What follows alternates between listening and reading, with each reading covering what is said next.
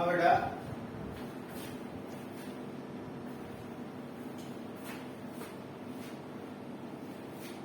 Her mother when pale as a late winter's moon, क्योंकि उसने अपनी माँ की तुलना विंटर सीजन से कर दी है, तो it is example of Simli.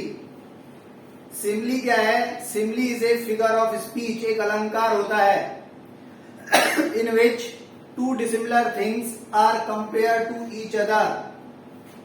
To dissimilar things are compare to each other at having one or two similarities. एक या दो समानताएं होने पर दो असमान चीजों की तुलना की जाती है, उसे कहा जाता है सिमली, जिसे हिंदी में कहा जाता है उपमा। And felt that old familiar act at the time of separation from her mother because she was going abroad for a long journey, क्योंकि वो एक लंबी यात्रा के लिए विदेश जा रही हैं अपनी माँ से अलग होकर। तो इस समय felt that old familiar act means pain, वो अपने एक चित परिचित पीड़ा को महसूस करती है। माई चाइल्डहुड फियर, अपने बचपन के भय को। Separation from our mother is not only pain of at this time, she used to feel that pain when she was young. वो आज ही ये पीड़ा महसूस नहीं कर रही है अपनी माँ से अलग होने की, ये पीड़ा वो अपने बचपन में भी महसूस करा करती थी। When she used to go separate from her mother, जब वो अपनी माँ से अलग हुआ करती थी।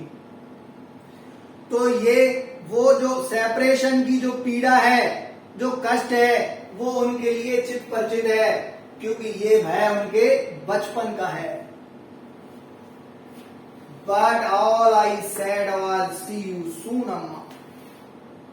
बहुत ही इंपॉर्टेंट लाइन है, इसमें से कई बार क्वेश्चन आया है। At the time of separation, she wants to cry, to wail for her mother.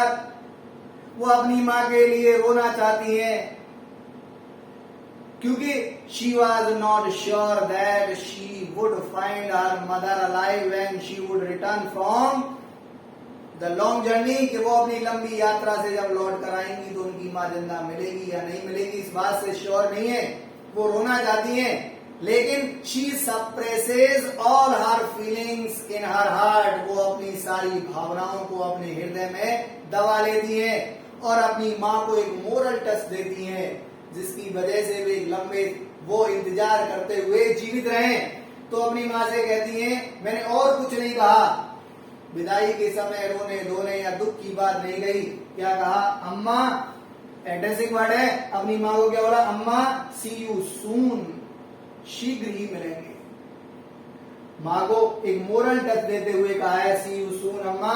All I did was smile and smile and smile, और इस समय मैंने कोई रोना धोना या कोई दूसरा काम नहीं किया, सिर्फ मुस्कुराती रही, ताकि माँ भी मुस्कुराती रहे। यहाँ बताया गया है कि अपने बुजुर्ग माता पिता जो कि हर तरीके से कमजोर होते हैं, उनकी देखभाल देखो किस तरीके से की है। माँ को मोरल टच दिया है, क्योंकि माँ दुखी न हो, इसलिए वो सेपरेशन के समय सिर्फ मुस्कुराती रहती है।